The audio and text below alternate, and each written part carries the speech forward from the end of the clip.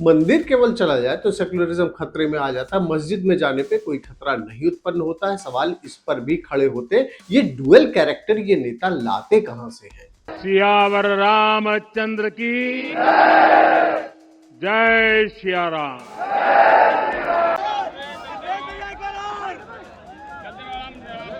आज इस ईद के पवित्र मौके पर राम मंदिर में चाहे प्राण प्रतिष्ठा की बात हो या फिर से ध्वजारोहण की बात हो, प्रधानमंत्री नरेंद्र मोदी जैसे ही पहुंचते हैं वैसे ही विपक्षी दलों को उस पर सवाल उठाना शुरू हो जाता है और ये कहा जाता है कि सेक्युलरिज्म खतरे में है। तो ये बताइए कि सेक्युलरिज्म क्या मंदिर जाने से ही खतरे में आता है?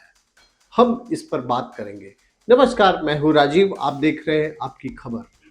देखिए, अगर प्रधानमंत्री बाबर की कब्र पे जाए, जामा मस्जिद में जाए, अजमेर शरीफ में जाए, तो उस समय वो सेकुलर रहता है, उस समय कोई भी खतरा उत्पन्न नहीं होता। लेकिन अगर वही प्रधानमंत्री राम मंदिर में चला जाए या काशी विश्वनाथ चला जाए तो उस समय सेकुलरिज्म खतरे में आ जाता है।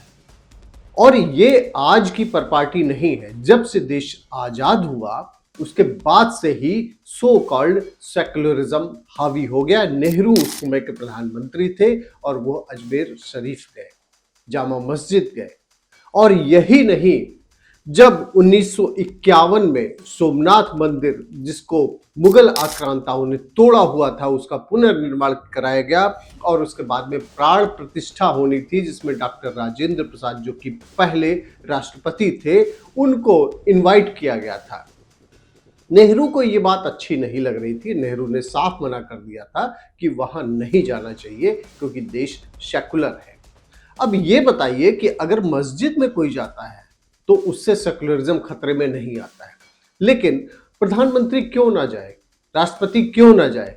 ऐसे जो क्या कोई भी व्यक्ति अगर चुन लिया जाता है तो वो मंदिर केवल चला जाए तो सेकुलरिज्म खतरे में आ जाता है, मस्जिद में जाने पे कोई खतरा नहीं उत्पन्न होता है। सवाल इस पर भी खड़े होते, ये डुअल कैरेक्टर ये नेता लाते कहां से हैं?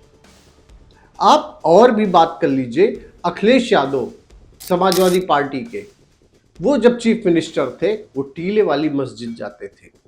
टीले वाली मस्जिद क्या है आपको भी पता है। टीले वाली मस्जिद जो कि लक्ष्मण का टीला हुआ करता था, लेकिन समाजवादी पार्टी की सरकार में उसको प्रतिष्ठापित कर दिया गया टीले वाली मस्जिद के नाम से, जो कि आज तक विवादित है।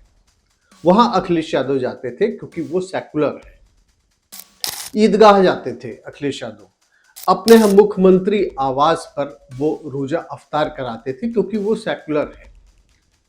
और एक हिंदू होने के वजह से भी उन्होंने कोई भी ऐसा कार्य नहीं कराया कि चलिए ठीक है, एक मुख्यमंत्री अगर मुस्लिम्स के लिए कर रहा है तो हिंदुओं के लिए भी कर रहा है, ऐसा कोई भी प्रमाण नहीं मिला।